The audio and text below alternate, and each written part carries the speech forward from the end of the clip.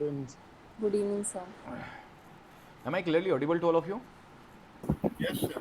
Yes, sir. Yes, sir. Okay. So let's start a class. What was discussed in our last class, please?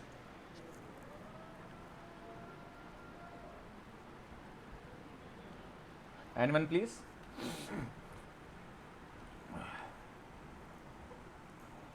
क्या discuss कर रहे थे Tanuja?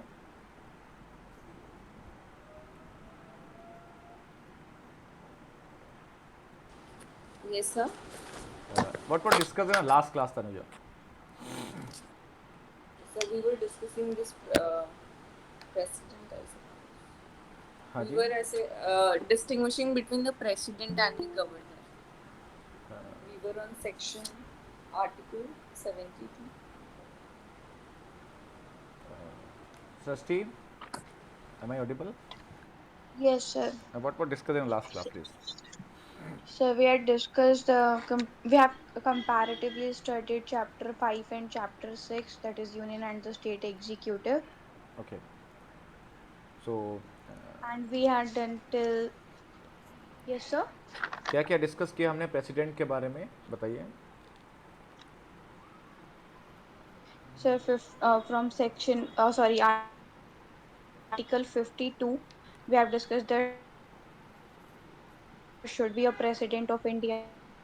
Okay. I think आप लोगों को remind कराना पड़ेगा कि हम लोग क्या डिस्कस कर रहे थे. चैप्टर पार्ट कौन सा है? पार्ट 5 है सर. पार्ट 5. जी हाँ, पार्ट 5 डिस्कस कर रहे थे. उसके साथ ही हमने पार्ट और कौन सा डिस्कस किया था? यूनियन एग्जीक्यूटिव के साथ ही स्टेट एग्जीक्यूटिव को हम साथ में कंपैरेटिवली डिस्कस कर रहे थे. ओके.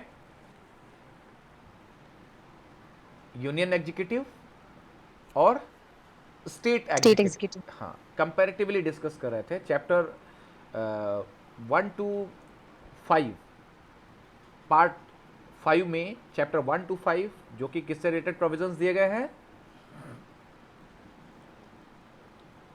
हाँ जी, Union executives. Union executive.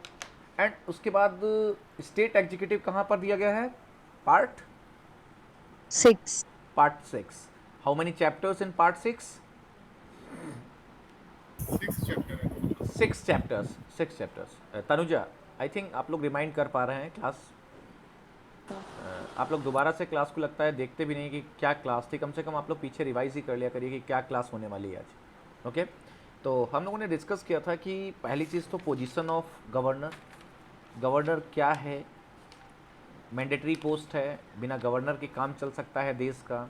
कितने दिन चल सकता है? In how many days election should be held for the president. ये सारी चीज़ें हमने डिस्कस की थी. उसके साथ ही what is the position of governor and the president. We had already discuss some cases कि ये टिटुलर हेड कैसे है, कैसे ये फॉर्मल हेड है, who will be the executive head of the state, who will be the who has a real executive power in a union and a state. ये बहुत सारी चीज़ें डिस्कस की थी तनुजा, आई थिंक. तो आप लोगों को ये चीज़ क्लियर हुई थी या नहीं हुई थी? Please.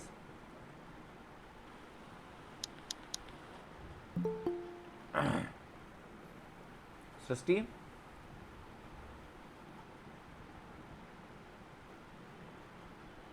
Motion.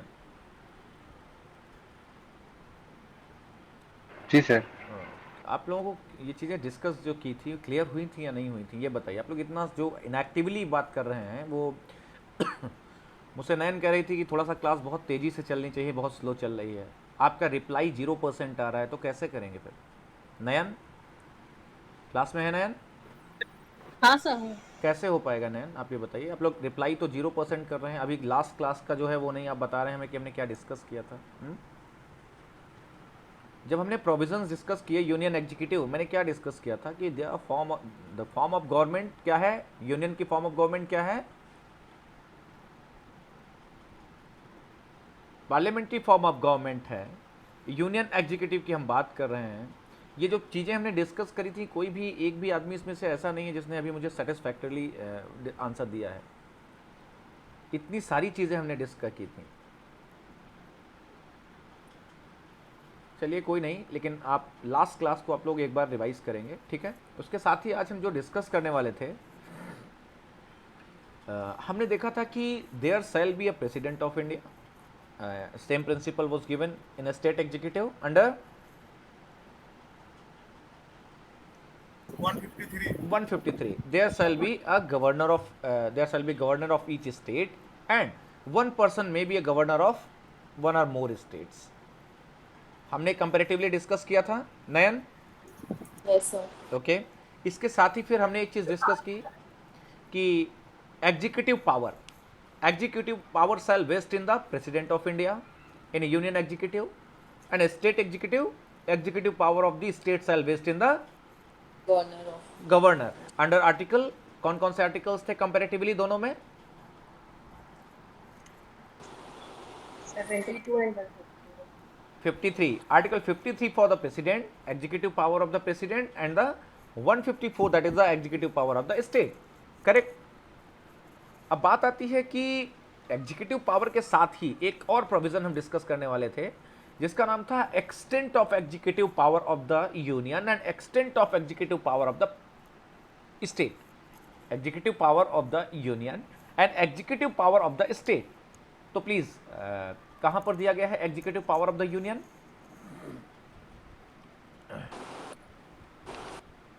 53 sir. Article 53. 53 executive extent of executive power of union 70। 7 है शायद। आप लोग बिना देखकर बात कर रहे हैं मुझे लग रहा है। प्लीज मैंने कहा है आप लोगों को डायरेक्ट आप लोग ओपन कर लीजिए, ठीक है। Extent of executive 77। नयन 73 77 में नहीं है, प्लीज एक बार देखिए। एक्सटेंट ऑफ एग्जीक्यूटिव जी power, sir 73। extent of executive power of the union 73, and same provision, same means similar provision was given in state executive, क्या है वहां पर 162 extent of executive power of the state।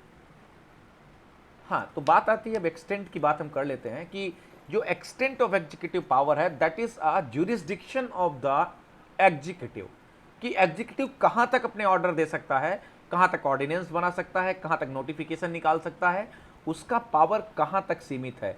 क्या union किसी state list के matter में notification जारी कर सकता है क्या तानुजा?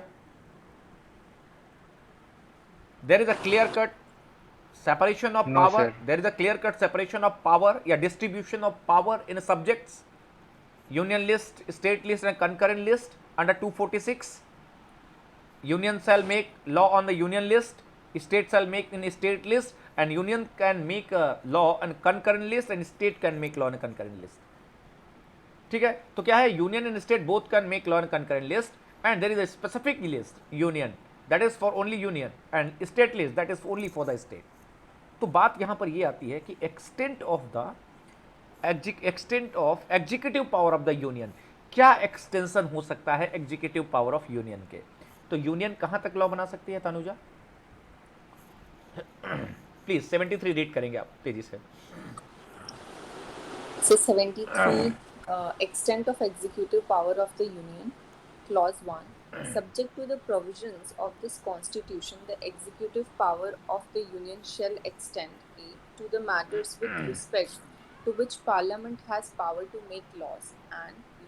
to exercise of such rights, authority, and jurisdiction as are exercisable by the Government of India by virtue of any treaty or agreement. Okay, please motion अगर कोई भी चीज़ अब रीड करनी होगी तो आप रीड करेंगे। थोड़ा सा नॉइज आ रहा था पीछे से।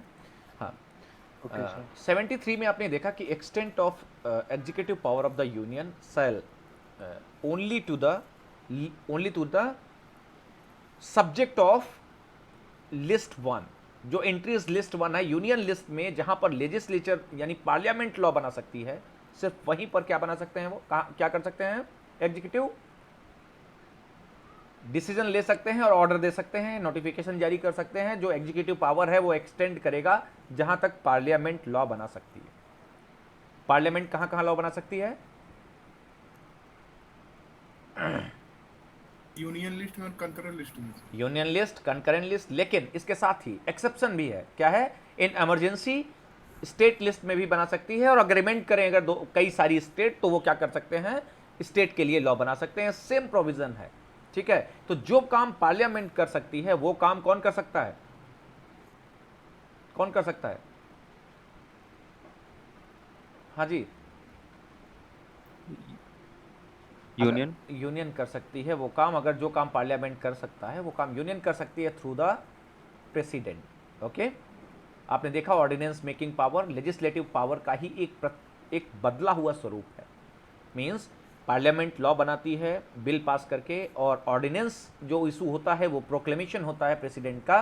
तो उसी तरीके से सेम पावर दी गई है प्रेसिडेंट को कि अगर बाई चांस कभी होता है recess of parliament, that time president can exercise a legislative power with respect to the union list, या with respect to the power which is given to the parliament. Is it clear? Anamika, am I audible? Yes, sir. Yes, sir.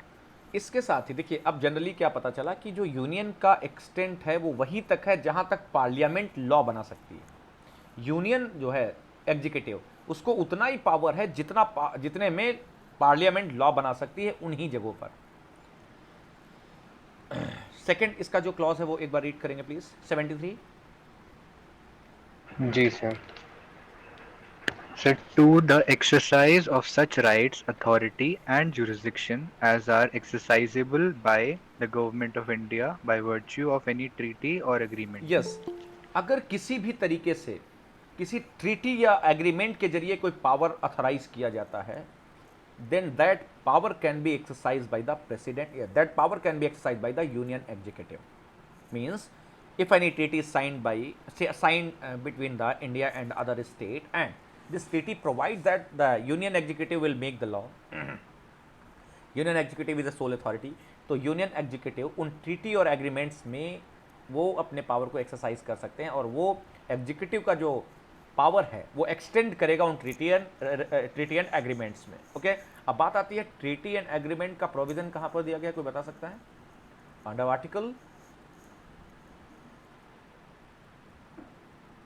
Article 253 international क्या है, agreements and treaties. Please इसको यहाँ पर note कर लेंगे, और please इसको अभी जब बाद में इसके क्या करेंगे एक बार देखेंगे कि 253 में क्या दिया है, कि कैसे international treaties and agreement enforceable होंगे, उनके लिए कैसे लॉ बनाया जाएगा।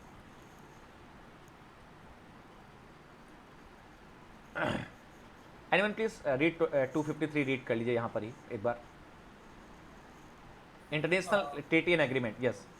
Article 253, legislation for giving effect to international agreements. Yes. Notwithstanding anything in the foregoing provisions of this chapter, Parliament has power to make any law for the whole or any part of the territory of India for implementing any treaty, agreement, or convention with any other country or countries, or any decision made at any international conference, association, or other body. Okay, correct Aishwarya. 253 कहता है कि not with standing forgoing provisions. जैसे आपने देखा कि union list में होगा तो यूनियन लॉ बनाएगी, स्टेट में होगा तो स्टेट लॉ बनाएगी, कंकरेंट में होगा तो स्टेट एंड यूनियन दोनों ही लॉ बनाएंगे, विदाउट यानी कि not with the standing of this forgoing provision. इनसे कोई फर्क नहीं पड़ता है, कितना भी क्लासिफिकेशन कर लीजिए, Parliament has power to make law, to give for implementing the international treaty and any type of agreements which is done between the India and the other states. Is it clear? कौन law बनाएगा? Exclusive power किसके पास है? International treaty agreement को अगर कहीं enforce कराना, implement करना है तो किसके पास पावर है लॉ बनाने का? पार्लियामेंट। और अगर प्रेसिडेंट करना चाहे इसके लिए कोई ऑर्डर, या यूनियन एग्जीक्यूटिव कोई ऑर्डर करना चाहे तो कर सकते हैं। Yes sir. क्योंकि पावर दिया गया है ना कि जहां तक पार्लियामेंट काम कर सकती है वहीं तक extent of executive power of the union, तो इट्स आई थिंक ऑब्वियसली कर सकती है। Yes, sir. Anamika, Yes, sir. Is it clear? Yes, sir. किसी को कोई डाउट है प्लीज यहाँ पर तो बताइए। आगे हम प्लीज हम काउंटर पार्ट देखते हैं 154 please. Extent of executive power of the state. अब स्टेट का एग्जीक्यूटिव पावर जो है वो कहाँ तक एक्सटेंड हो सकता है प्लीज?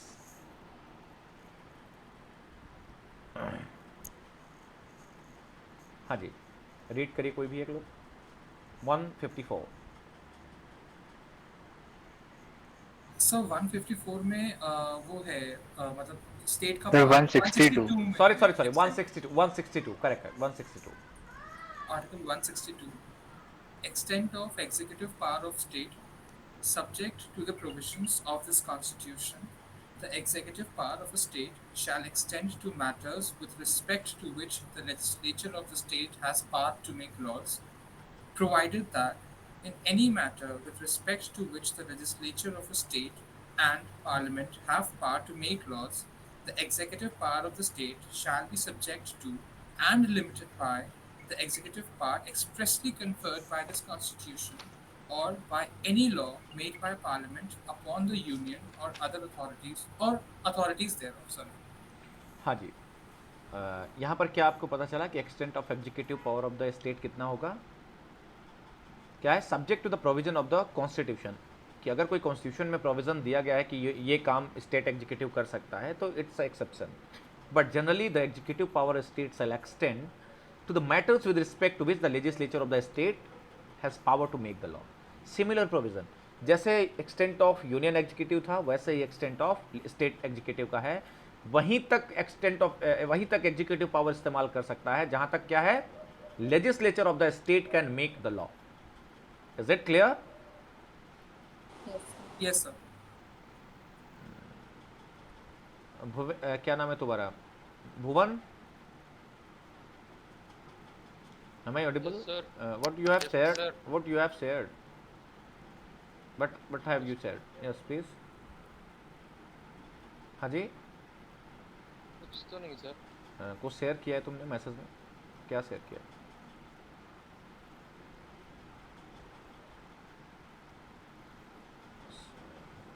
सर वो बाई मिस्टेक चला गया।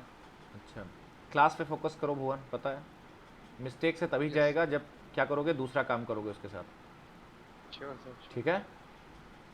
क्योंकि इतना आसान नहीं है जितना तुम्हें लग रहा है। अभी भूल जाओगे 2 मिनट के अंदर, जैसे कि लास्ट क्लास भूल गए ना, कन्फ्यूजन हो गया आपको कि क्या था पढ़ाया ऐसा नहीं। तो आप लोग क्या करेंगे, थोड़ा सा कंसंट्रेट करेंगे जब आप देख रहे हैं ना प्रोविजंस। कौन सा प्रोविजन हम डिस्कस कर रहे हैं भुवन? वैसे क्या डिस्कस कर रहे हैं भुवन? 153। उसके साथ में 153, यानी सर अभी बिल्कुल जस्ट बिल्कुल ही आउट ऑफ मतलब बॉक्स बात कर रहे हो तुम, पता है भुवन। पहली चीज़ तो मैं आज एक बात बताने वाला हूँ तुम्हें सबके सामने कि क्लासेस रेगुलरली ज्वाइन करो, ठीक है? और Yes, sir. अगर इस तरीके से तुम्हें लगता है कि मैं कॉन्स्टिट्यूशन बाद में पढ़ लूँगा ना, मैं लिख कर देता हूँ, इस बेयर एक्ट की कसम खाता हूँ, इस बेयर एक्ट को तुम गो थ्रू नहीं हो पाओगे। लिख कर देता हूँ मैं, ए से लेकर के और जेड तक इसमें जा नहीं पाओगे, पता है? जज भले बन जाओ लेकिन कॉन्स्टिट्यूशन नहीं पढ़ पाओगे। तो ये बहुत सही समय है कि कम से कम गो थ्रू हो रहे हो, कुछ प्रोविजंस मिल रहे हैं, कुछ इंटरप्रिटेशंस आ रहे हैं, जानकारी हो रही है, जज बन सकते हो। नॉलेज गेन करना बहुत अलग चीज़ है, पता है? जज बनने के लिए सिर्फ 4 क्वेश्चन पढ़ने पड़ेंगे कॉन्स्टिट्यूशन के, रट लेना, बन जाओगे।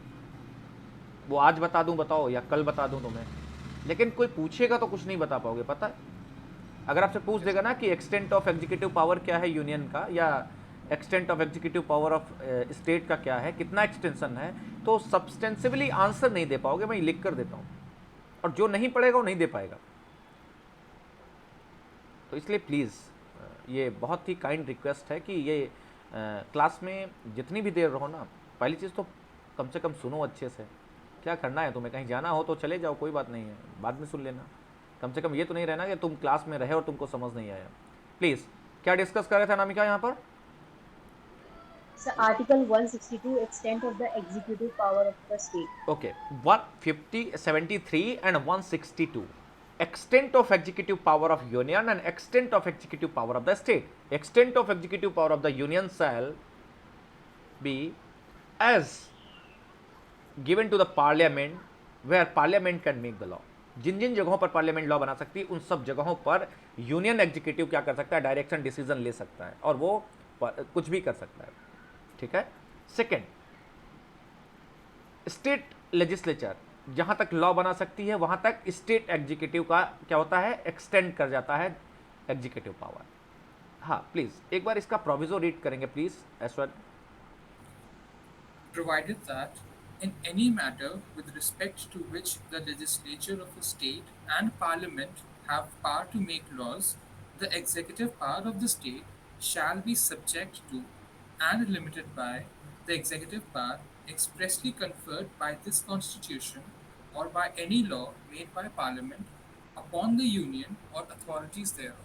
ओके इट मीन्स क्या है, देखिए जब बात आती है कंकरेंट लिस्ट की, अभी जो बात हुई है आप लोगों को थोड़ा सा ध्यान देना पड़ेगा. देखिए यूनियन लिस्ट में अगर कोई मैटर है उस पर लेजिस्लेचर यानी पार्लियामेंट लॉ बनाएगी, यूनियन एग्जीक्यूटिव क्या कर सकती है, उसका एक्सटेंड करता है एग्जीक्यूटिव पावर, वो कर सकती है काम. ठीक है ओके. स्टेट लिस्ट में अगर कोई लॉ है तो उसके ऊपर क्या है, स्टेट लिस्ट में अगर कोई सब्जेक्ट है उसके ऊपर क्या है, state legislature will make the law and executive power the state shall extend to that matter to that subject. Okay but concurrent list में अगर कोई मैटर आता है where parliament and state legislature both can make the law, then where executive power the state and union shall work कैसे काम करेगा, उसके लिए क्या प्रोविजन है ऐश्वर्य. अगर कोई मैटर जो है वो कंकरेंट लिस्ट में है जिसमें स्टेट भी लॉ बना सकती है और पार्लियामेंट भी बना सकती है, तो उसके लिए अगर कोई लॉ स्पेशली कॉन्स्टिट्यूशन ने अगर दिया है तो उसको फॉलो करेंगे. Otherwise parliament shell make the law, enact any legislature, enact any law, enact any statute by which that subject will be dealt. क्या होगा ऐश्वर्य? सो ये लास्ट पार्ट मुझे थोड़ा समझ में नहीं आया. एक बार फिर से रीड करेंगे मोशन. मोशन एक बार रीड करिए please. Sir, 162 provided that in any matter with respect to which the legislature of a state and parliament have power to make laws, okay okay please. the motion क्या लिखा हुआ है, provided that in any matter with respect to which the legislature of state and union parliament power to make the law, दोनों को law बनाने का power है. ऐश्वर्य ये किस लिस्ट की बात कर रहा है, concurrent list. Concurrent list. Now please read. The executive power of the state shall be subject to and limited by the executive power expressly conferred by the constitution or Please, by please, law. please. The executive power of the state is limited by the Executive power, which is- express provision of the constitution. अगर Constitution. Constitution में लिखा गया कि इस subject पे सिर्फ union बनाएगी तो यूनियन ही बनाएगी, या फिर executive power of the union shall work in this subject, तो उस सब्जेक्ट पर क्या है, यूनियन ही सिर्फ अपना एक्सटेंड एग्जीक्यूटिव पावर एक्सटेंड करेगा. सेकेंड पर और Sir, or by any law made by parliament upon the union or authorities thereof. Okay या तो कोई पार्लियामेंट लॉ बना देगी और उस लॉ के जरिए क्या करेंगे, लिख देंगे कि इन इन सब्जेक्ट्स के ऊपर पार्लियामेंट अपना एग्जीक्यूटिव पावर एक्सटेंड करेगी. Are you getting my point Aishwarya? Yes, yes, I got it. ठीक है. Yes. किसी को कोई डाउट है please. Bhuvan, am I audible? Yes, sir, you're audible. Anamika Yes, sir. समझ Yes, में sir. समझ में आ रहा है? No, sir, no doubt. Okay. Yes, sir, yes, sir. Okay okay correct correct. हाँ तो ये बात हमने जो की, ये extent of executive power of the union and extent of executive power of the state. अब बात आती है कि हमने एग्जीक्यूटिव पावर की बात की तो हम अब एग्जीक्यूटिव को ही पहले डिस्कस कर रहे हैं. तो सबसे पहली चीज़ है election of the president. Who is the head of the state या who is the executive head of the state union? President, president. And who is the head of the executive head of the state? governor, governor. तो हम बात करेंगे election of president and election of the governor. Okay तो election of president and election of governor. If any person wants to be a president, if any person wants to be a governor, he must have some requisite qualifications. Is it or not? होना चाहिए ना? He must have some qualification. Yes, sir. And qualification is given under section article 58 for the president and for the governor. For the governor under article 157. Please लिखिए, point note करेंगे. Election of the president heading डाल लेंगे, नीचे लिखेंगे qualifications. Election of president and governor एक साथ लिखेंगे और उसके आगे ब्रैकेट में लिख लेंगे article 58 and 157.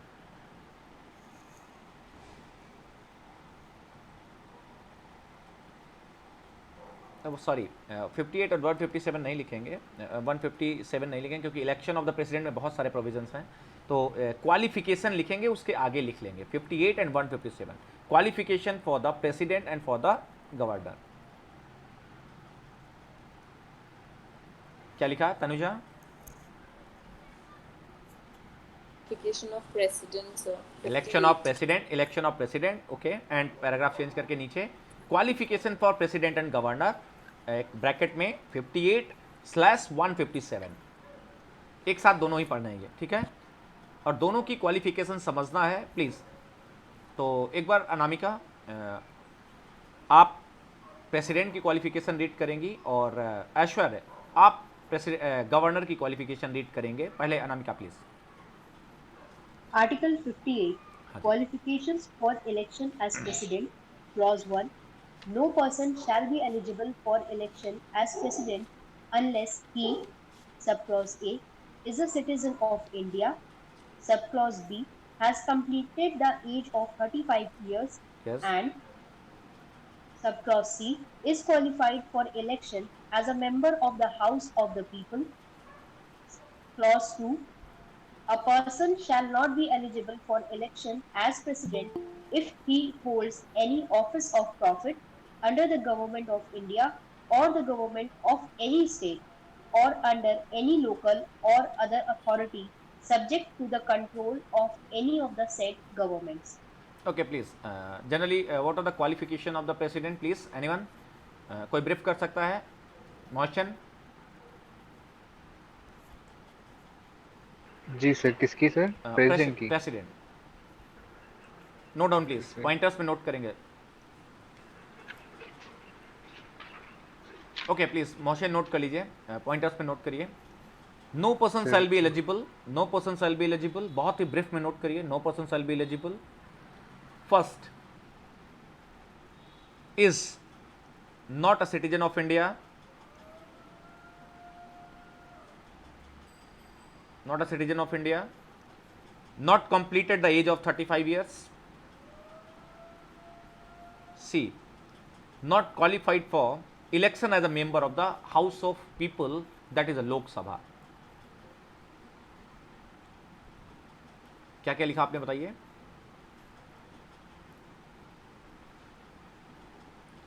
No person shall be eligible, Sir, no person shall be eligible हाँ, who is not citizen of India, firstly not completed the age of 35 years, yes, and is not qualified for election as a member of House of People. yes, member Lok of Sabha. House of People। Please एक बार मुझे ये बताएंगे आप लोग, house of the people, upper house, lower house, house of the people, house of state, ये इसमें difference पता है आप लोगों को या इसमें कन्फ्यूजन है किसी को? कोई अभी विधानसभा, विधानमंडल, विधान परिषद, इसमें किसी को कन्फ्यूजन है क्या? इफ एनीवन, किसी को भी है अगर तो प्लीज बताइए, मैं बहुत क्लियरली बता देता हूँ आपको। सर ये हिंदी वाला नहीं पता है, विधानसभा। अनामिका आप लोगों को क्लियर है? Yes sir, थोड़ा थोड़ा क्लियर है। थोड़ा सर आप फिर थोड़ा भी एक बार बता थोड़ा दीजिए। थोड़ा नहीं क्लियर होना चाहिए। ये कोई अगर आपसे पूछेगा ना और अगर आपने नहीं बताया ना तो बहुत बड़ी बेइज्जती हो जाएगी आपकी, ठीक है? आपको ये नहीं पता है कि विधान परिषद क्या होती है, विधान परिषद के मेंबर कौन होते हैं, विधानसभा क्या होती है, या फिर संसद क्या होती है, सांसद क्या होते हैं? तो प्लीज़ एक बार ध्यान दीजिएगा, मैं इसके बारे में थोड़ा सा बता देता हूँ। Parliament consist 3 thing. क्या क्या चीज़ें कंसिस्ट करता है parliament? President, yes, Lok Sabha and Rajya Sabha. Lok Sabha and Rajya Sabha, okay. और वहाँ पर प्लीज़ भुवन ध्यान दीजिएगा, in the article no Lok Sabha no Rajya Sabha, क्या लिखा हुआ है Bhuvan? House of the People. House of the people and house of states. Bhuvan, तो Yes, sir. ये जो बातचीत हम करते हैं ना कि लोकसभा राज्यसभा, ये सब फॉर्मल बातचीत करने, इधर उधर इनफॉर्मली हम बात करते हैं। अगर बात करेंगे जब हम कॉन्स्टिट्यूशन ऑफ पार्लियामेंट, तो क्या है? There is a one president और क्या है? House of people and council of states. Please please ध्यान दीजिएगा। ऐश्वर्य, Yes, sir. क्या है? So President, House of People, and Council of States. Yes, Hindi में इसको क्या कहते हैं? प्रेसिडेंट राष्ट्रपति, राष्ट्रपति। Yes. और उसके बाद sir upper house is Lok Sabha. Lok Sabha, and- Lok Sabha, लोक मतलब लोकसभा। क्या है? Public, Lok Sabha, Lok Sabha, yes. It is a Lower House house of of people. people. House of the people and it is a lower house. Yes, Lower house. इसको lower house भी कहते हैं. ठीक है. Yes, and yes. Third is So third is Rajya Council Sabha, of which is States. Council of Rajya Sabha. States. Council of state, that is a Rajya Sabha Yes. And upper house. Is it clear to all of you please? Yes, sir. कोई ऐसा है जिसको यहाँ पर doubt था? जो parliament, जिसको हिंदी में बोलते हैं पार्लियामेंट को संसद, और ऑल मेंबर्स नोन एज सांसद, इलेक्टेड, नॉन इलेक्टेड, अपॉइंटेड, कुछ भी हो ए टू जेड, संसद के अंदर जो घुसता है उसको क्या बोलते हैं हम? सांसद. सिर्फ सांसद. बाकी उन्हीं में से चेयरमैन अपॉइंट होते हैं, उन्हीं में से प्राइम मिनिस्टर बनते हैं, और प्रेसिडेंट अलग आदमी होता है. संसद के अंदर कौन एंट्री करता है? विद लीगली एंट्री किसकी है? Member of parliament. Member of parliament. उसके अलावा कोई और एंट्री कर सकता है क्या? No sir. अरे कैसे भुवन नहीं कर सकता है? कर सकता है. Sanjeev, any one person, there is one person who has access to enter into parliament but he does not power to give vote. President sir. साहब, प्रेसिडेंट तो वैसे ही एक फॉर्मल उसका हेड है. Sir attorney general attorney general of India. Yes, attorney general of India has power to access the parliament, legislature. कहीं भी बैठ सकता है वो, कोर्ट में भी जा सकता है, किसी कोर्ट में. ठीक है. तो बात आती है कि उसको एक्सेस है सुनने का, but does not have power to vote. Okay. तो बात आती है कि प्रेसिडेंट, कॉन्स्टिट्यूशन ऑफ, अगर पार्लियामेंट की बात कर लें तो संसद में क्या है? संसद में प्रेसिडेंट, ठीक है, राष्ट्रपति, and house of the people. House of the people is Lok Sabha, lower house, and council of states, council of state Rajya Sabha, upper house. And जो भी उसके अंदर घुसता है, जो भी उसकी मेंबरशिप लेता है, ही is a member of parliament. Either he is a member of upper house और लोअर हाउस. अपर हाउस और लोअर हाउस. हो सकता है कि मेंबर वो किसका हो? मेंबर ऑफ लोकसभा का हो, या फिर वो राज्यसभा का मेंबर हो. ठीक है. Is it clear? वहां पर दो तरीके के मेंबर होंगे, इलेक्टेड और non elected member. Is it clear to all of you please? They will be known as a sansad. They will be known as a sansad, क्योंकि वो संसद में बैठते हैं. ठीक है. इसके बाद बात कर लेते हैं स्टेट लेजिस्लेचर की. हिंदी में स्टेट लेजिस्लेचर को क्या बोलते हैं हम? विधान मंडल. विधान मीन्स लेजिस्लेचर, विधान मंडल. स्टेट लेजिस्लेचर, राज्य विधान मंडल. हर स्टेट में एक स्टेट लेजिस्लेचर है. वहां पर जैसे ही पार्लियामेंट है वैसे ही governor, and next is legislative assembly, state legislative assembly, राज्य Vidhan Sabha, sorry I am very sorry, Vidhan Sabha. आपने जो बात की थी, हमने विधानमंडल जो बात की थी हमने, वो क्या है? Vidhan Sabha. Are you getting my point? Yes sir. वो क्या है? State legislative assembly is known as Vidhan Sabha. Vidhan Sabha. Yes, Vidhan Sabha. And Vidhan Sabha includes governor, Rajyapal, another state legislative assembly, that is a Vidhan Mandal. Correct Anuj? State legislative assembly, जहां पर एमएलए बैठते हैं, जिनको आप विधायक बोलते हैं. Are you getting my point? Yes sir. Gurleen? Sir इसे कहते हैं विधान Yes, मंडल. sir. विधान मंडल. Yes, state legislative assembly, that is a विधान मंडल. एंड आगे एक होती है, हाँ नितिका, सर ये स्टेट वाले में कंफ्यूजन हो गया. क्या कंफ्यूजन हुआ बताइए? आपके शहर में विधानसभा है या नहीं है? पहले ये बताइए कि किस स्टेट में है नितिका? भी झारखंड. झारखंड में विधानसभा हाउस है, वहां पर विधानसभा है? नहीं. है. विधानसभा है सर, विधान ओके, परिषद नहीं. प्लीज विधान परिषद नहीं है. Nitika please sorry. Nitika correct. Nitika, there is one mistakes. The whole जो पूरा होता है वो विधान मंडल होता है. I am very sorry. Okay Nitika, I am very sorry. Yes, sir. The word state legislative assembly, that is a विधान मंडल. Okay, I am very sorry, confuse, मैं थोड़ा सा कंफ्यूज हुआ था. दैट इज अ विधान मंडल. Okay, state legislative assembly is विधान मंडल. एंड विधान मंडल में क्या क्या है? गवर्नर, विधानसभा, एंड उसके बाद विधान परिषद, परिषद। Vidhan Parishad, that is a state legislative assembly and state legislative council, council. State legislative council. एक बार फिर से मैं बता देता हूँ, जो आपने ऊपर देखा था वो स्टेट लेजिस्लेचर था। आई एम वेरी सॉरी, फिर से देखो कंफ्यूजन एक्चुअली क्या हो रहा है, कुछ चीज़ें होती हैं। जैसे पार्लियामेंट संसद थी और संसद के बाद विधानमंडल है, तो विधानमंडल को इंग्लिश में क्या है, स्टेट लेजिस्लेचर, स्टेट लेजिस्लेचर। एक बार प्लीज आप लोग ने जो डायग्राम बनाया भी अगर है तो उस पर क्या लिखेंगे, स्टेट लेजिस्लेचर, आगे उसके लिखिए विधानमंडल एंड सर उसके आगे आपने राज्य विधानमंडल लिखवाया नहीं, था। थोड़ा सा वो गलत हुआ, राज्य विधानमंडल नहीं है।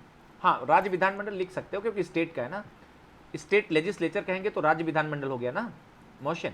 जी सर। ओके, स्टेट लेजिस्लेचर, राज्य विधानमंडल एंड उसके नीचे 3 उसके और पिलर्स हैं। एक गवर्नर मीन्स राज्यपाल, दूसरा state legislative assembly, state legislative assembly Vidhan Sabha, Vidhan Sabha, yes, and third is state legislative council, that is a Vidhan Parishad. विधान।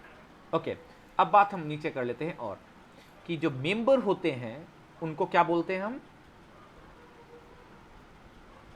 मेंबर जो होते हैं स्टेट एमएलए, एमएलए, एमएलए कहां पर होते हैं, स्टेट लेजिस्लेचर विधायक बोलते हैं सर उन्हें। विधायक बोलते हैं कहां, विधानसभा में। विधानसभा में, विधानसभा यस यस, विधानसभा में विधायक होते हैं उनको क्या बोलते हैं, MLA, MLA। Member of legislative assembly. नीचे लिख लेंगे आप हिंदी में विधायक, member of legislative assembly. And जो लोग जो विधायक नहीं होते हैं वो होते विधायक हैं लेकिन उनको बोलते क्या हैं हम, एमएलसी, एमएलसी। वो कहां पर होते हैं, स्टेट विधान लेजिस्लेटिव परिषद। काउंसिल। होते विधायक वो भी हैं लेकिन they are MLC, member of legislative council. Sir Hindi में विधायक ही कहते हैं, बाकी हाँ। इंग्लिश में एमएलए और एमएलसी होता है। Yes yes, is it clear Nitika? Yes sir, sir आप समझ में आया? हाँ। ओके, वापस आ जाते हैं प्लीज़। जब हम बात कर रहे थे कहाँ पर से हमने ये बात शुरू की थी, इलेक्शन ऑफ क्वालिफिकेशंस। हाँ, इलेक्शन ऑफ प्रेसिडेंट की हमने बात करी। तो प्रेसिडेंट के इलेक्शन में हमने ये देखा कि सबसे पहली चीज़ है वो प्रेसिडेंट का इलेक्शन हो या गवर्नर का इलेक्शन हो, तो उसमें सबसे बड़ी चीज़ है कि जानना पड़ता है कि क्वालिफिकेशन क्या है अगर आप इलेक्शन लड़ना चाहते हैं। तो इलेक्शन क्वालिफिकेशन आपकी क्या है, 58/157। 58 में क्या है, qualification for the Election election of as union president, एग्जीक्यूटिव। election of president, please as well. 58 में एक बार प्लीज रीड करिए क्या लिखा है, qualifications for election as president. As president. Okay, तो व्हाट आर द क्वालिफिकेशंस, आपने क्या लिखा, So no that person the shall be person must eligible, not be- हाँ, a person shall no be person eligible shall be eligible if he is not a citizen of India. Second, has not completed 35 years of age, has not completed 35-year age, is not qualified for election as a member of the House of People. he is not qualified as, अगर वो Yes. वो qualification नहीं रखता है जो कि एक member of parliament, member of क्या है, member of house People of the person. People, House house of the person. People की जो क्वालिफिकेशन है उनको वो नहीं रखता है। तो हाउस ऑफ द क्वालिफिकेशन कहाँ पर दी गई, कोई बता सकता है मुझे? 84, उसके सामने 84 लिख लीजिए। He must have qualifications which is given under Article 84. 84 में क्या है, qualification for the member of parliament. Aishwarya, Tanuja, Yes, sir. Tanuja,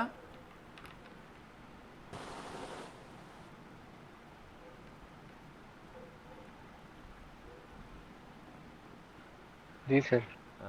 motion क्या लिखा आपने? सर ये जो आपने बताया, not citizen of India, yes not completed age of 35, not qualified for election as an MP, yes, MP, और no not it- MP, not MP, motion, member of house of the people, member of the Lok Sabha. House of the people means Lok Sabha, Lok Sabha के जी, member sorry, बनने sir. के लिए जो qualification चाहिए वो qualification pauses करता हो। और ये कहां पर दिया गया है, मेंबर ऑफ पार्लियामेंट बनने की क्वालिफिकेशन 84 सर। 84 में पूरे मेंबर ऑफ पार्लियामेंट की क्वालिफिकेशंस दी गई हैं, ठीक है, ओके। Okay sir. हाँ, लेकिन इसको मेंबर ऑफ लोकसभा का मेंबर बनने की क्वालिफिकेशन होनी चाहिए, ठीक है। वहां पर दोनों दी गई हैं, तो आप लोग दोनों देख सकते हैं 84 में। Now there is one more qualification, that is a So he should not be Office having of Prophet. Office of profit. Office of profit की बात की जाए तो किसी भी व्यक्ति ने कोई ऑफिस ऑफ प्रॉफिट ना होल्ड कर रखा हो, लेकिन उसमें क्या ऑफिस ऑफ प्रॉफिट है एक बार प्लीज रीड करेंगे आप। 58 clause 2। 58 Article 58 Clause 2. Yes. A person shall not be eligible for election as president if he holds any office of profit under the government of India or the government of any state or under any local or other authority subject to the control of any of the said governments. Okay please, यहाँ पर एक general सी बात निकल कर आती है, कोई सरकारी नौकरी में नहीं होना चाहिए। क्या समझ में आया? किसमें नहीं होना चाहिए? वो Under the central service of government की हो या स्टेट गवर्नमेंट की हो, he should not be a employee of central government और state government with salary, okay. Not ऐसे ही मेंबर, एक्स ऑफिसियो मेंबर की बात नहीं कर रहे हैं, ये परमानेंट मेंबर नहीं होना चाहिए किसी भी सेंट्रल गवर्नमेंट में, स्टेट गवर्नमेंट। और इसके साथ ही एक और चीज़ इन्होंने कही कि लोकल अथॉरिटी और अदर अथॉरिटी कहाँ पर दिया गया है, आपने सुना था कहीं पर? आर्टिकल 12 में आपने देखा था कि वो लोकल अथॉरिटी या अदर अथॉरिटी, जैसे वो PSUs में वर्क कर रहा है, वो NGC में, पावर ग्रिड में, या सरकार के किसी एंटरप्राइज में वर्क कर रहा है, या फिर म्यूनसिपैलिटी बोर्ड में कहीं पर है, तो किसी भी तरीके के ऑफिस ऑफ प्रॉफिट में वर्क नहीं करना चाहिए। अगर वो ऑफिस ऑफ प्रॉफिट होल्ड कर रहा है तो वो नहीं कर सकता है, उसकी क्वालिफिकेशन नहीं है। ये क्वालिफिकेशन उसको लेनी पड़ेगी, पहले उसको रिज़ाइन करना पड़ेगा वहाँ से, और उसके बाद फिर वो इलेक्शन लड़ सकता है। ओके अनुज? Yes sir. इसके साथ ही एक चीज़ और, प्रोविजो रीड करेंगे तो आपको एक्सेप्शन मिलेगा कि कुछ लोग ऐसे हैं जिनको माना जाएगा कि ये लड़ सकते हैं इलेक्शन। प्लीज प्रोविजो रीड करेंगे, रीड द प्रोविजो। एक्सप्लेनेशन जो नीचे दिया हुआ। हाँ जी, हाँ जी, बिल्कुल explanation, sorry. For the purposes of this article, a person shall not be deemed to hold any office of profit by reason only that he is the president or vice president of the union or the governor of any state or is a minister either for the union or for any state. Okay, इसका मतलब ये है कि the person who is a currently president, vice president, minister of union, minister of the state, these persons, these posts will not be considered as the office of profit. Ashwar? Yes sir. Is it clear? Yes, Motion? अगर कोई जी, sir. President के पद पर है, उपराष्ट्रपति के पद पर है, मिनिस्टर है यूनियन में, या मिनिस्टर है कहाँ पर, स्टेट में, तो ये सारे लोग लड़ सकते हैं इलेक्शन प्रेसिडेंट का, और इसे ऑफिस ऑफ प्रॉफिट नहीं माना जाएगा। यस प्लीज, 58 के बारे में हम एक बार फिर से गो थ्रू करते हैं, नटसल में बात करते हैं। Qualification of the president of India, no person shall be appointed as the president of India unless he is not a citizen of India. Unless क्या है? No person shall be appointed as a citizen of India unless he is a citizen of India, he has completed age of 35 years and Is not qualified for election of qualified for the election of Lok Sabha, means House of the People, means he has qualifications of candidate, जो कि candidate बन सकता है। वो कहाँ पर candidate हो सकता है? वो हाउस ऑफ पीपल में वो कैंडिडेसी रख सकता है। कहाँ पर ये क्वालिफिकेशंस दी गई हैं मेंबर ऑफ पार्लियामेंट की? सर 84 में। लेकिन 84 पूरा लागू नहीं होता यहाँ पर। यहाँ पर क्या है? Member of house of the people, Lok Sabha का मेंबर बनने की क्वालिफिकेशन रखता हो वो व्यक्ति। यहाँ पर ये क्वेश्चन प्री में बनता है, ध्यान रखिएगा, ये नहीं लिख देना कि मेंबर ऑफ पार्लियामेंट, ठीक है। इसके साथ ही एक और क्वालिफिकेशन है, he should not be possess the office of the prophet in the central government or state government, and explanation कहता है कि these posts will not be considered as a office of prophet, इन लोगों को include नहीं किया जाएगा। the person who is the president, currently president of India, vice president of India, minister in union or minister of the state, these will not be considered as a working as a central government officer. Okay, is it clear? Yes sir. Yes sir. Yes, इसके साथ ही हम बात करते हैं governor की। Please, किसी को कोई डाउट सर है यहाँ पर? हाँ जी, बताइए बताइए।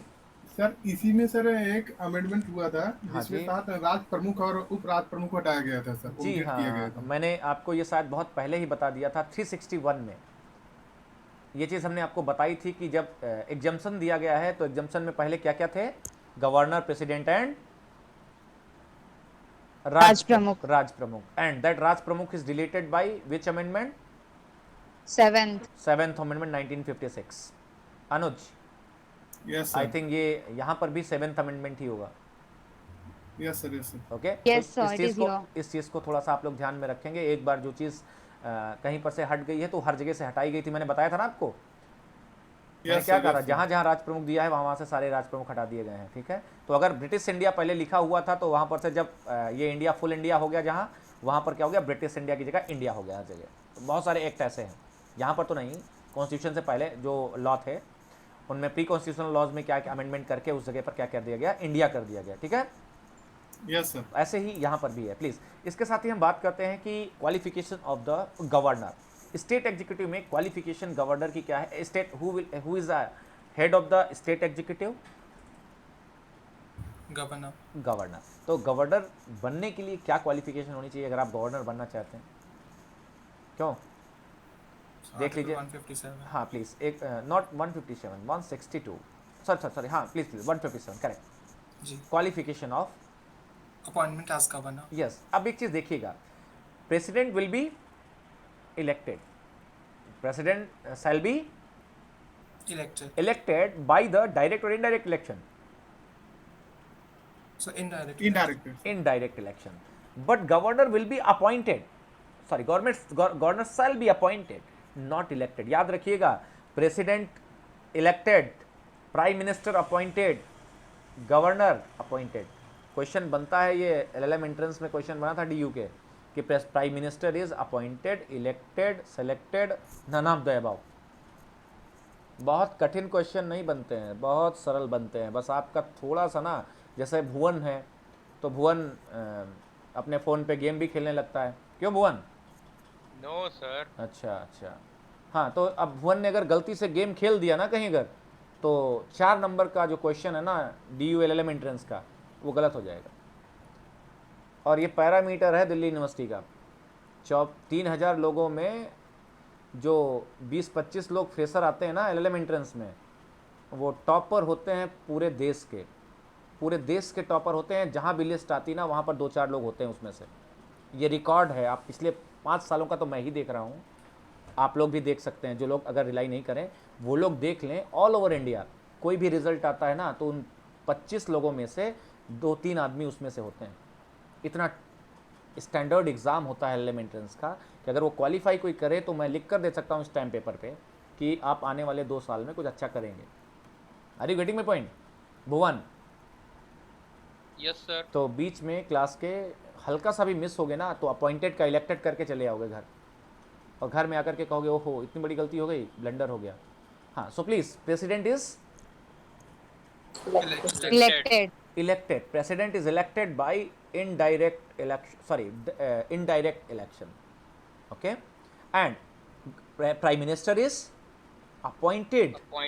Yes, and the governor is appointed. Please, so what are the qualification of the governor? What should be the qualification of the governor? Please, anyone read 157.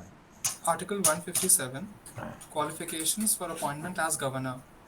No person shall be eligible for appointment as governor unless he is a citizen of India and has completed the age of 35 years. Okay, तो इसका मतलब क्या हुआ कि 2 ही qualification है, कोई भी governor बनाया जा सकता है। Yes, As per 157 sir, yes, as per 157 कि क्या होना चाहिए? पहली चीज, sir should be a citizen of India, and secondly he should have completed the age of 35 years. मतलब मेरे गांव से कोई आदमी अगर ये क्वालिफिकेशन फुलफिल कर दे तो बना दिया सकता है governor. Yes sir, as per 157. मतलब अगर प्रेसिडेंट अगर हमारे गांव का हो तो वो अपने गांव का ही गवर्नर तो कम से कम एक आध अपने भाई दोस्त को बना ही सकता है इधर उधर। क्यों? ऐसा ही होता है, ऐसा ही होता है। वैसे जो प्रेसिडेंट है वो क्या करता है, आपने देखा होगा जो गवर्नमेंट है, यूनियन एग्जीक्यूटिव है, जिसका मन करता है, खुश होती है ना जिससे, क्योंकि president shall act on the aid and advice of the Council of Ministers. Council of Minister is a elected government, majority government. Yes, sir. Then अगर ममता बनर्जी सरकार बना ली पश्चिम बंगाल में, लेकिन गवर्नर नहीं अपने मन का अपॉइंट कर पाएंगी, क्यों? Yes sir. तो गवर्नर कौन भेजेगा? Union council of minister. No हाँ, यूनियन काउंसिल ऑफ मिनिस्टर, तो हेडेड बाय प्राइम मिनिस्टर। तो प्राइम मिनिस्टर क्या करेगा? ऐसे आदमी को रिकमेंड करेगी सब मिल करके कि जो किसका आदमी होगा? सेंट्रल का, गवर्नमेंट का, जो मेजोरिटी में गवर्नमेंट सेंट्रल पे रन कर रही है, किसी भी स्टेट के लिए उसको भेजेगी। तो यही बात चलती है whether governor is agent of the centre और he is a independent body. Agent है सर। वैसे कहते नहीं एजेंट है, लेकिन सर है तो एजेंट ही, लेकिन दिखाते नहीं। हाँ, ही is a constitutional head of the union state executive. Okay, he is not agent of the central government, कि जैसा सेंट्रल गवर्नमेंट डायरेक्ट करेगी वैसा करेगा जाकर के गवर्नर वहाँ। ऐसा उसको लिखा कहीं नहीं हुआ है, लेकिन होता एक्चुअली यही है। क्योंकि क्या है कि वो काम किसके प्लेजर पे काम करता है? उसका centre. yes, governor shall be appointed for the period of the pleasure of the president. Pleasure of the president is not defined anywhere in the constitution. आज मन किया रात में उसको कि अरे नहीं तुम भले आदमी नहीं निकले, तुम अच्छे नहीं निकले। पहले तो तुम मुझको रोज़ गुड मॉर्निंग मैसेज करते थे, जब से गवर्नर तुमको बनाया है मैंने वहाँ पे, तो तुमने मुझको मॉर्निंग में गुड मॉर्निंग भी करना बंद कर दिया है। पहले तो तुम मुझे रोज़ शाम को कॉल करते थे, क्यों भुवन? Yes sir. लेकिन गवर्नर बनने के बाद क्या कर रहे हो तुम? जैसे आप लोग जब आप जब आप बात करते हैं किसी से पर्टिकुलरली, तो यही बोलते हैं ना, बहुत बड़े गवर्नर हो गए हो, क्यों? तो बहुत बड़े गवर्नर अगर जब कोई बन जाता है तो प्रेसिडेंट उसको क्या करता है? वो प्लेजर ऑफ द प्रेसिडेंट है, उसको हटा सकता है। तो ये जो गवर्नर है, इसकी जो क्वालिफिकेशन है, बड़ा नॉर्मल क्वालिफिकेशंस हैं। ऐसा नहीं कि बहुत पढ़ा लिखा व्यक्ति या कुछ ऐसा क्वालिफिकेशन, ऐसा कुछ नहीं है। He is a citizen of India and he must have pass the 35 years. 35 साल गुजारे हों उसने, प्रेसिडेंट को समझ में आए, काउंसिल ऑफ मिनिस्टर रिकमेंड कर दे जिस व्यक्ति को, उसको बना देंगे। बहुत सारे लोग हैं जो कि शायद पुलिस में काम कर रहे थे, डीजीपी थे या रिटायर्ड डीजीपी थे, उनको गवर्नर बना के भेज दिया जाता है। देखा आपने? अधिकतर स्टेट एग्जीक्यूटिव को ही बना करके भेजा जाता है गवर्नर, क्यों? बहुत सारे लोग ऐसे हैं जिनको आप देखेंगे कि उनको गवर्नर बना दिया गया। ठीक है, अभी शायद थोड़े दिन पहले जम्मू कश्मीर का गवर्नर बनाया गया है, मनोज सिन्हा। हाँ जी। कौन है ये? गाजीपुर से सर। नहीं, पोस्ट क्या है ये, क्या करते हैं, क्या थे ये चीज़ बताओ मुझे। इनका गाजीपुर इनका कोई इंट्रोडक्शन नहीं है सर। एमपी थे सर वहाँ से। कहाँ से? गाजीपुर डिस्ट्रिक्ट से एमपी थे वहाँ से। थे या खत्म हो चुके थे? होके मतलब सर खत्म हो गए थे। ऐसा ही है सर, पूर्व रेल राज्य मंत्री थे।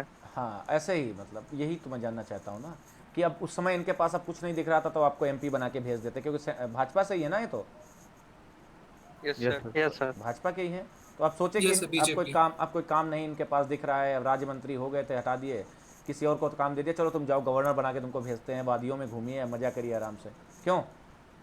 हमको भी पता चलता रहेगा कि कश्मीर में क्या चल रहा है, हमारा आदमी है, क्यों? आप समझ रहे हैं? तो ये एज पर डिस्क्रिप्शन है किसका? काउंसिल ऑफ मिनिस्टर किसी का नाम रिकमेंड कर दे, और काउंसिल ऑफ मिनिस्टर क्या, गवर्नमेंट जो भी मेजोरिटी होगी वो रिकमेंड करेगी और प्रेसिडेंट मोहर लगा देगा। और if he is a citizen of India and pass the age 35 years. हाँ, तो प्लीज एक बार एक चीज देखिए, कंपैरेटिवली एज कितनी है दोनों में? सेम। ओके, बट कंडीशन सिर्फ 2 ही हैं यहाँ पर, वहां पर कितनी है? 4 कंडीशंस हैं, क्यों? Yes, sir. Okay, correct.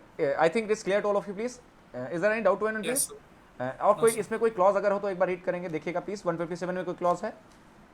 नहीं सर, 157 है। ओके, तो आप लोग क्या, अगर बात की जाए election of governor and election appointment of the election of the president and appointment of the governor, तो आपको ये एक आपको आर्टिकल याद होना चाहिए। कौन सा आर्टिकल? आर्टिकल 58 157 157। यस, आर्टिकल 58/157 एक साथ आपको याद होना चाहिए। और ये चीज़ जरूर याद रखना, अपॉइंटमेंट होता है गवर्नर का, कोई यहाँ इलेक्शन करके मत चले आना, ठीक है। प्रेसिडेंट का इलेक्शन होता है और प्राइम मिनिस्टर का भी इलेक्शन नहीं होता, अपॉइंटेड है।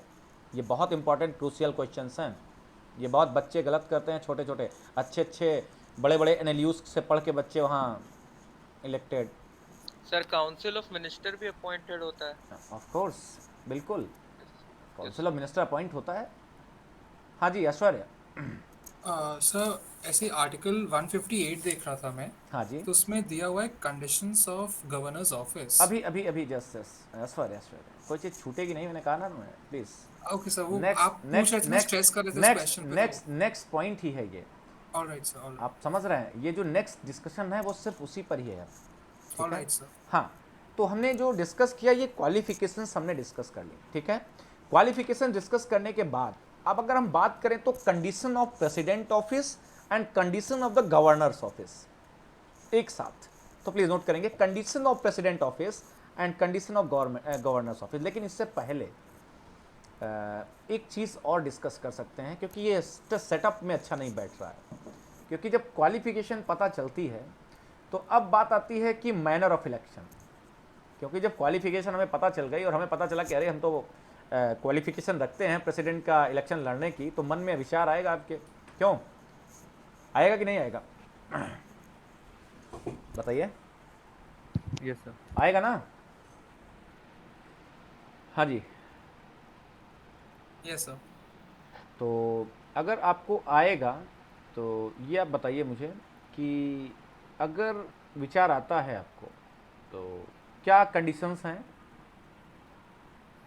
कि It is given in our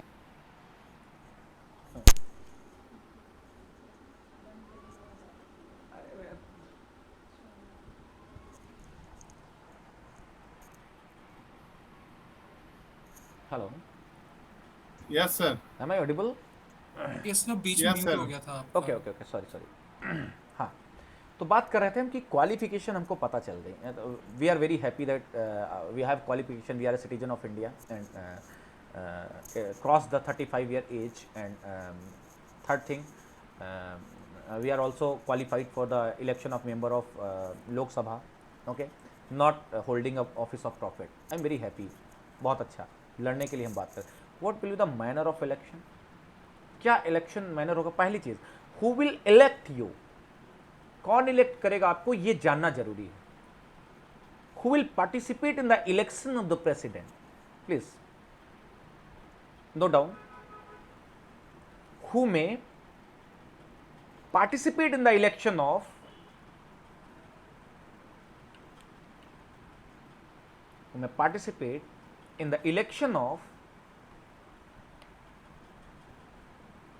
president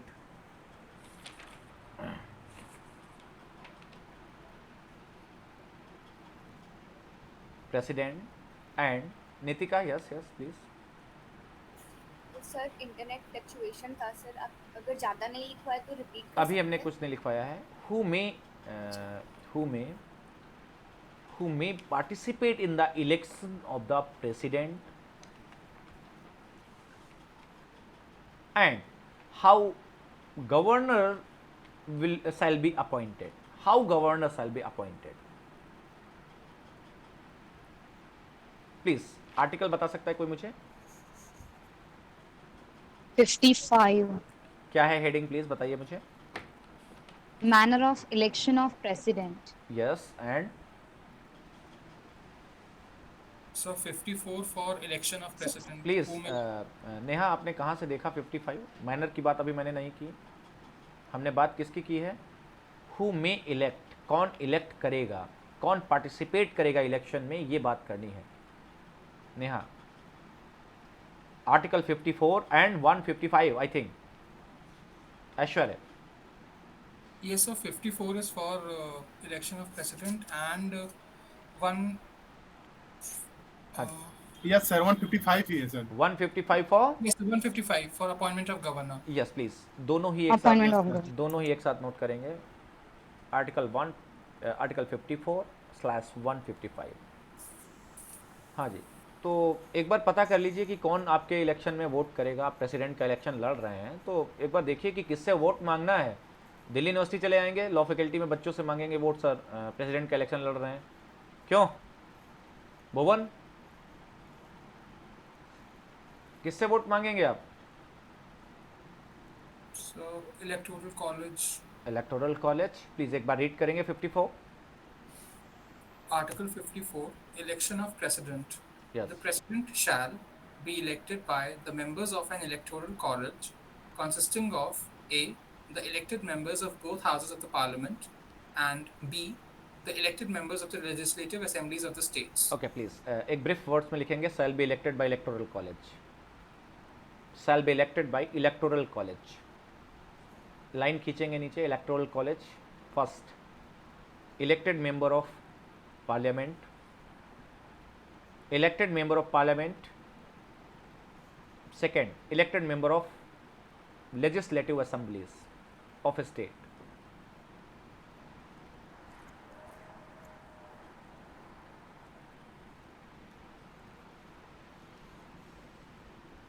क्या लिखा Nitika? Sir, shall be elected by electoral college, or it consists of elected members of parliament and state legislature. Nitika, यहाँ पर एक बहुत इंपॉर्टेंट चीज़ है जिसको जानना बहुत ज़रूरी है। Elected member of parliament, elected member of legislative assemblies of the state. तो ये यहीं पर बता दूं तो बहुत अच्छा है कि how many members should be nominated in parliament and how many member can be nominated in the state legislature. कितने मेंबर्स अपॉइंट किए जा सकते हैं नॉमिनेशन के जरिए? 12 सर। 12। लोकसभा में कितने maximum? 20। 2 members. Gurleen, Yes, sir. Gurleen, only 2 member can be nominated in a Lok Sabha and Anglo-Indians. maximum 12 members in the Rajya Sabha। तो कितने हुए? 14 टोटल हुए। क्यों? Yes, sir. Is it clear? Yes, sir. Sunny? Sir may be Anglo Indians किसी amendment से हटा दिए हैं, नहीं जी, अब नॉमिनेट नहीं हो। हाँ सर ऐसा ही है। यस सर, हटा दिया।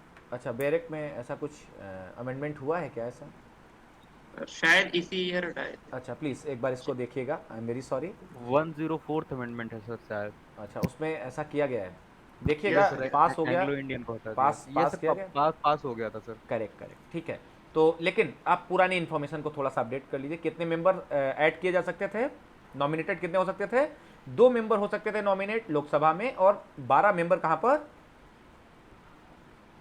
राज्यसभा में। राज्यसभा में, ओके।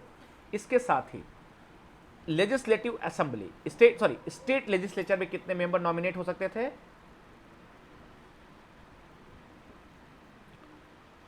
स्टेट लेजिस्लेटिव असेंबली, विधानसभा में कितने मेंबर हो सकते हैं नॉमिनेट? सिर्फ एक एंग्लो इंडियन हो सकता था।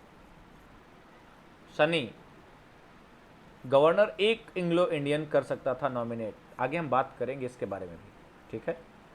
और बाकी जो लेजिस्लेटिव काउंसिल है स्टेट की, उसमें कुछ परसेंटेज दिया गया है, 1/6 आई थिंक मेंबर्स काउंसिल के वो नॉमिनेट होते थे। ऐसा कोई परसेंटेज दिया गया, आई एम वेरी सॉरी, अभी दिमाग से स्लिप है, क्योंकि 1/12, 1/6, 1/6 ऐसे करके एक रेशियो दिया गया है काउंसिल का। अगर हम उसको जब पढ़ेंगे तो हमें मिलेगा, अभी इस समय मेरे दिमाग से स्लिप है, लेकिन इट्स ओके। लोकसभा में सिर्फ 2 थे, राज्यसभा में 12 मेंबर्स, ठीक है। वापस आते हैं हम अपने पॉइंट पे। इलेक्टोरल कॉलेज जो प्रेसिडेंट इलेक्ट करेगा, that shell comprise only the elected member of the parliament. Elected member of parliament means Nitika, it means elected member of Lok Sabha and elected member of, लेकिन इलेक्टेड मेंबर ऑफ राज्यसभा। क्यों? Yes sir. क्या मतलब हुआ इसका? Elected member of parliament means elected member of Lok Sabha and elected member of Rajya Sabha, correct. And elected member of the elected member of the legislative assembly means इसका मतलब विधानसभा के members खाली participate करेंगे, जिनको आप वोट देकर डायरेक्टली इलेक्ट करते हैं। क्यों नीतिका, विधायक का अपॉइंटमेंट, विधायक का इलेक्शन में कौन वोट डालता है? हाँ, एमएलएस के, किसके एमएलएस के इलेक्शन में कौन वोट डालता है? सर जो इलेक्टेड होते हैं। नहीं नहीं नहीं नीतिका, प्रदेश की जनता। एमएलए के इलेक्शन में, एमएलए के इलेक्शन में उसकी कॉन्स्टिट्यूएंसी के वोटर्स डालते हैं वोट ना। आप डालते ना वोट, अपने यहाँ एमएलए करते ना वो इलेक्ट। क्यों? Yes sir. विधायक तो आप ही बनाते हैं ना, विधायक और सांसद दोनों ही आप इलेक्ट करते हैं, डायरेक्ट इलेक्शन होता है। Yes sir. तो आप डायरेक्ट इलेक्शन देते ना, इसीलिए प्रेसिडेंट भी सिर्फ डायरेक्ट इलेक्शन से आए हुए लोगों को ही वोट डालने का अधिकार देता है। क्योंकि प्रेसिडेंट किसका होना चाहिए? किसका होना चाहिए? पीपल्स, वी द पीपल्स का होना चाहिए ना प्रेसिडेंट। और वी द पीपल्स में कौन होने चाहिए? Citizen of India who are eligible voters for the member of parliament और मेंबर ऑफ लेजिस्लेटिव असेंबली। तभी तो डेमोक्रेसी हो पाएगी ना। हमारा ही तो प्रतिनिधित्व करने वाला विधायक जाकर के प्रेसिडेंट बनाता है, हमारा ही प्रतिनिधित्व किया हुआ व्यक्ति जो है सांसद बनकर के और प्रेसिडेंट के इलेक्शन में वोट डालता है। तो माई मैनिफेस्टेशन, जो मेरी इंटेंशन